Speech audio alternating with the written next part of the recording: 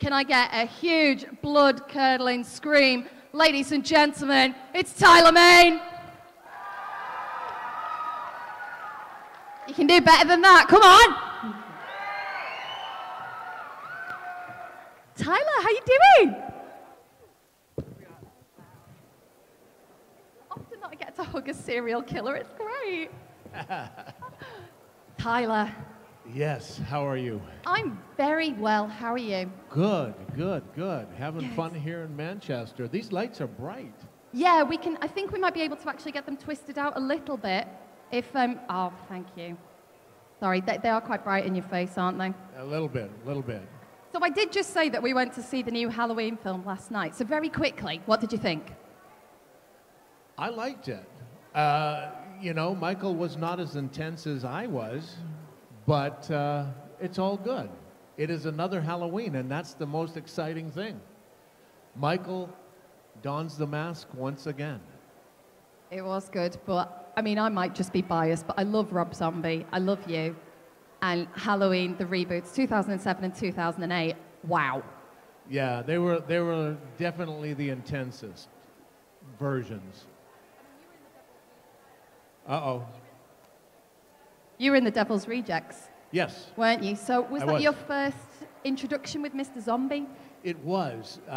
You know, that was the first time that I met Rob, and it was kind of funny because the sound guys were playing one of Rob's videos. You know, he had the dreadlocks and he's whipping his hair around, and I'm like looking at the monitor watching the video, and then I look over and see Rob sitting in the director's chair, and he's like, you know, maybe we should, what do you think? And I'm like, and I look back over and I see the thing, him whipping his hair around, and I'm like, this is surreal, you know? And I look at the guys and they go, right?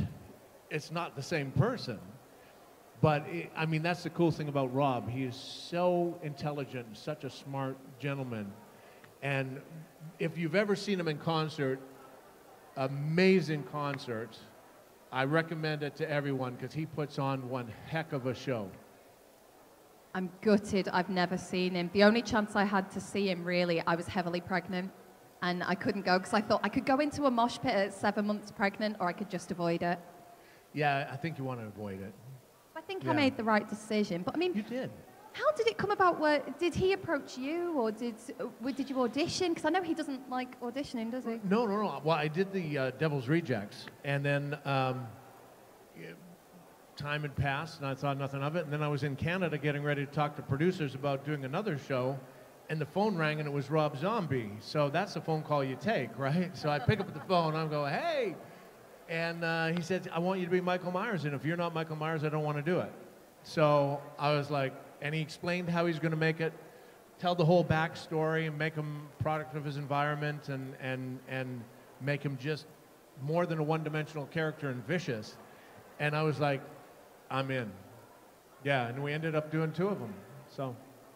Rob Zombie phones you up and says, if you don't do it, I'm not doing it. That's what he said, yeah. And I think it was on Jimmy Kimmel, and Jimmy goes, oh, so who's going to be Michael Myers? And he goes, well, I can't tell you because then he'll ask for more money. I was like, oh, man. So you binge watched 7 of the 8. You didn't watch the 3rd one because he's not the killer, is he? He's not even in there, yeah. So what were your thoughts? This is your research, I'm guessing. Yes. Into how he is. Yes. So what were your thoughts when you watched those films? Well, first of all, I thought they're way shorter than me. No. That's quite easy, though, Tyler. You are, like, massive. That is. But, no, I mean, I watched them all, and I studied them, and saw how each of them brought their own unique style to the character, and I just wanted to take it to the next level, which I think we did. Yeah. It was certainly terrifying. Who here has seen Halloween 1 and 2, the Rob Zombie ones? They're pretty good, right? They're pretty disgusting. I mean, I had a phone conversation with Tyler the other night, and he says, oh, Richard Brake's there. No way, I cut his head off in the back of an ambulance. It's not every day that you take a phone call like that. You know, that's an original phone call right there. Now, I know that you said that you get asked a lot of the same questions. So I'm going to try and ask you something now that I'm not too sure how to phrase it, but I'm hoping that it's something that doesn't come up a lot, right? Oh boy, here we go. I know. As Boxer you... briefs or what? No? No, I'm not going to ask that one, don't worry. Oh, okay. I'm not going to go there. All right. But with Michael, and let's say this is a few other films as well, like The Scream Killer, they are all behind masks. How, as an actor, do you first of all prepare to act in something when we are never going to see you? Yeah, that's a good question. It's like, you know, Boris Karloff was one of the first ones that did it, you know. And without having the ability to speak, you have to use the physicality of your body. And when you watch the first one, when I'm in the asylum, I'm slumping more, I'm, you know, slouching and shuffling. And then as I get closer and closer to the mask, like once I kill Big Joe Grizzly, take his suit, and then I get the mask, then it's full-on Michael Myers, and you're seeing the killing machine. You know, so I wanted to bring that and transcend that. And people said that they've asked, even the editor was like, how many masks did you guys have? Were there like 6 different masks with facial expressions? And I go, no, there was one mask. And it was just through my body language that brought across that Michael was acting a different way. Because it's incredible for an audience to watch something like this, because you're able to captivate audiences, and you're able to have a charisma about you that is, we pay attention, and we're like, oh my God, I'm terrified of you, and all you're doing is going like that, in a mask. Like, that's a real talent. It's all in the way you do it. Come on, teach me how to Michael. Can you teach me how to Michael? You want me to teach you how to Michael? All right. Okay. Obviously not stabbing. Come on. First of all, you're wearing the wrong outfit, but it is a great outfit. I mean, come on, you guys. Let's hear it. We're here to have fun. You guys don't seem like you're having too much damn fun. Come on. Okay, now, we're going to be, I think actually, I'm going to have to be Michael. Okay. And you're going to have to be the victim first, before you can put Michael's shoes on, right? Okay.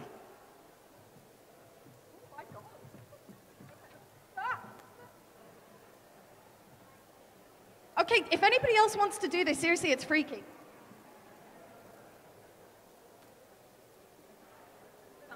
She just said this is quite scary. Oh my God, he's just looking down at you and it's like... Well, that's what happens when you're 6'8". An ex-pro wrestler. Wait, a Michael move. It's all in how you do it. I mean, it comes from within. You're in a serial killer. Yes. Wow, I've just been stalked by Michael. That was quite scary. Because, I mean, Michael is, I don't know if this is the right phrase that I'm thinking, but he's like synonymous with a genre. Like, you think of the slasher film, you think of Michael Myers, right? That's who you think of. And it instigated a whole load of other films. So It did. Did you feel that there was pressure playing him, or were you just like, bring it? Very much so. Because, I mean, to be Michael, you have to have that presence, I feel, you know, and that's why Rob hired me, an actor and a pro wrestler, to do it, because there's a very, for me, there's a very specific way to be Michael, to send that fear of God into someone, you know, and it was just fun being able to do it, you know. Does anybody have any questions that they'd like to ask Tyler? Yes. Anybody? Please don't be scared. Like, he's actually a very nice chap. Do they have like a microphone? Yeah, the microphone's here. Oh, there we go. What was it like portraying a serial killer? What was it like? I had so much fun being a serial killer. You get to kill people and pay no consequences, and you go home, you have a glass of wine, and it's all fine. But yeah, I mean, I got to work with all of these great people, you know, Daniel Harris, Scout Taylor-Compton. I got to kill Danny. I mean, it's just fantastic. You get to kill people and pay no consequences. What better role is there? Any more questions? Oh, we got one in the back. Oh, there we go. Have you ever Have you ever considered doing any other serial killer, like, or anyone? You know, I mean, if I could do one, what I would love to do is I would love to do a Frankenstein. Yeah, yeah. I think that'd be really cool.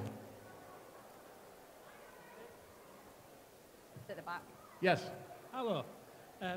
Did you ever get injured doing any stunts or action scenes in any of your movies? What was that? Did I ever get hurt doing my stunts? Yeah. You know, I come from the background of pro wrestling. I had 300-pound guys picking me up and throwing me down. So, you know, I'm kind of used to getting hurt.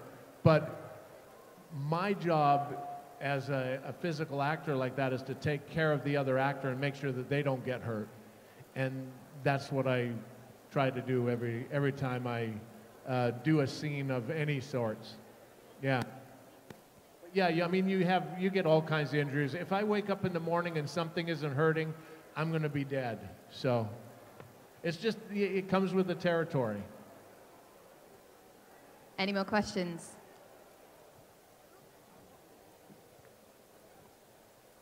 Don't forget as well, Tyler was obviously in X-Men. He has been a pro wrestler. If you have any questions about that, you can ask. It's just we've focused on horror. Hi, Tyler. How Hello. are you finding the UK, and will you be returning next year? Sorry, can you just put the microphone a bit closer? How are you finding the UK? Yeah, and will you be returning next year? Oh yeah, I mean, I would love to come back. I love the UK. I'm Canadian, so we kind of are part of you guys. I don't know, Commonwealth, right? And like I said, I wrestled professionally. I was over here in the 80s and 90s wrestling with Big Daddy and Giant Haystacks and all of those guys. I love it over here. I love it. It's a little cold in the winter, though. A little. A little. Although I should imagine Canada's colder. I know, but I left there like in '86, so that was, yeah, I forgot about all of that. Distant memory. Yeah, it's distant memory. I've been dropped on my head a lot, so I forgot all about it. Yes. Hey, man. This is a question about your work on the X-Men film.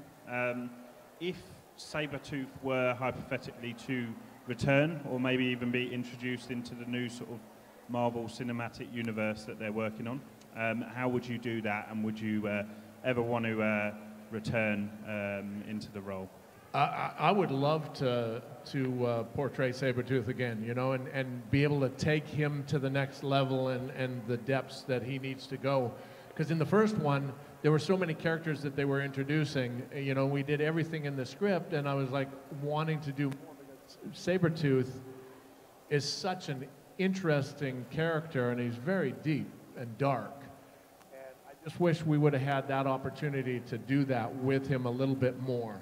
So I would love to, if they ever do it again, you know, or want to do a Sabretooth and ask me, I would be right there. Hi. Oh, hi. Hi. So when you're playing a character like Michael, what is the atmosphere like on set when you're not doing a scene? When I'm not at Michael, I goof around. I just have fun. I'm a practical joker. I just, you know, my motto is if I'm not having fun, I don't want to be there. So, you know, we just mess around and have fun, and then when I put on the mask, it's time to go, you know. So, and then I just kind of change and start stalking people. Were there any more questions? We've got time for one more. Nikki, I think there's somebody over here. Right in the front here.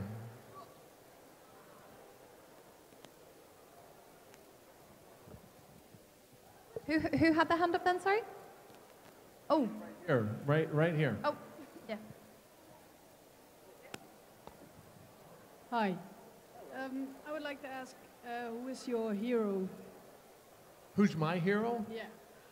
Oh, wow.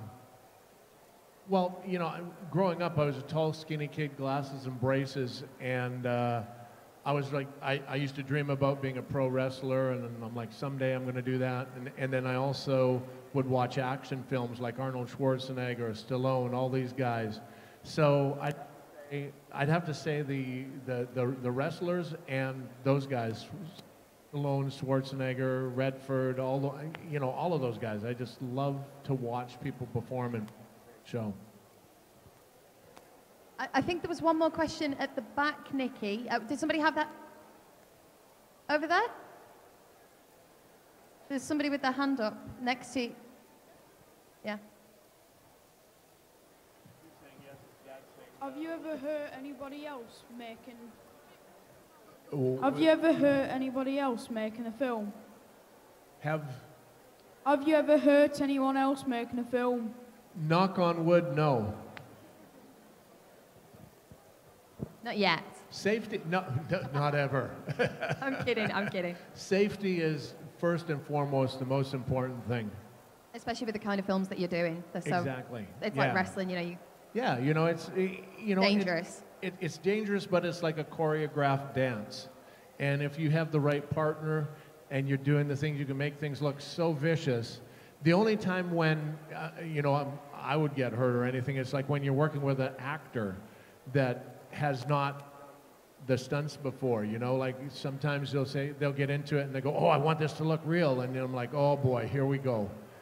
Because it is a dance. And sometimes when you're doing a real, like if you're in a real fight, it doesn't look pretty. It doesn't look like the TV stuff or the movie stuff.